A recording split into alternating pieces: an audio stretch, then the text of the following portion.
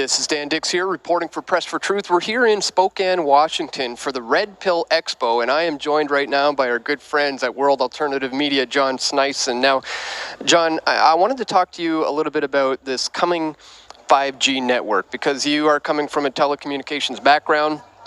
You are very knowledgeable in this area. So for anybody who's maybe just for the first time hearing about what this whole 5G thing is all about, what would you say is, just break it down in a nutshell. What is 5G and why should people be concerned about this? Well, sure. Let's just, by talking about 5G, let's just talk about what we have today, like 4G, for example. So what we have today is we have a bunch of antennas that are standing, along highways or they're on buildings or whatever they are.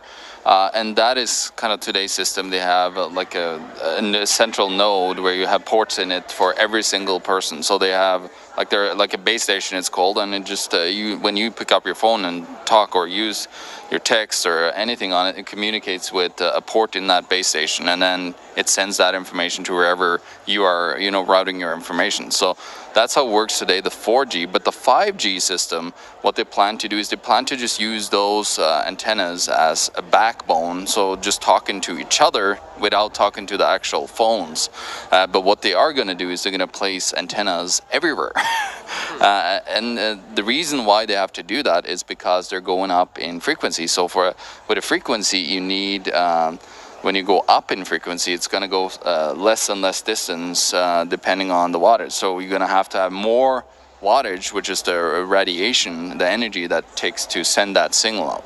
So when that radiation comes out, they're going to have to amp up the power, and that is what the danger is. When I was back in Norway, I was climbing up in cell phone towers, and you have to shut down the tower or else you're going to get completely fried. Your body will be very destroyed. And I have a friend of mine, he can't go through those naked body scanners, those radiation chambers at the airports. Which I don't recommend anyone do. No, exactly. But he actually had to go through on once, and he just started puking because his inner workings of his body has gotten destroyed by the severe radiation you get by just going in front of one of those towers. And today's 4G towers, they usually send out what's at 60 watts, which is, it doesn't sound like much if you know what wattage is. But it has, the frequency is so much higher, so the radiation of that frequency is more dangerous to you.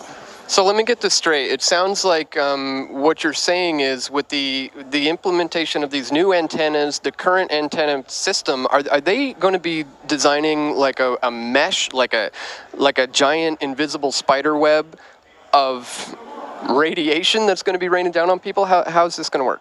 Well, yeah, what it's going to do is you're going to have an antenna right at your door almost, because the frequencies that they're looking at running at is, between 6 gigahertz all the way up to 60. But the problem is today I'm installing just with 4G, I'm installing cell phone boosters in people's home. I don't recommend that you ever put that in your house, because now you have a mini cell phone antenna in your house, which is not good for your health. But with the new 5G, they're going to have to completely put these antennas so close and so tight that I don't know if I want to really be around a place that have 5G, because you're looking at of course, they're not going to have to send out at the 60 watt, which fries people, but they're going to send it out they're going to have to send it out at a decent wattage to actually be able to penetrate into the house. Because most houses today, the 4G signal, which is 2.1 gigahertz here in North America, has problems to penetrate already. So with the new system, and they're talking about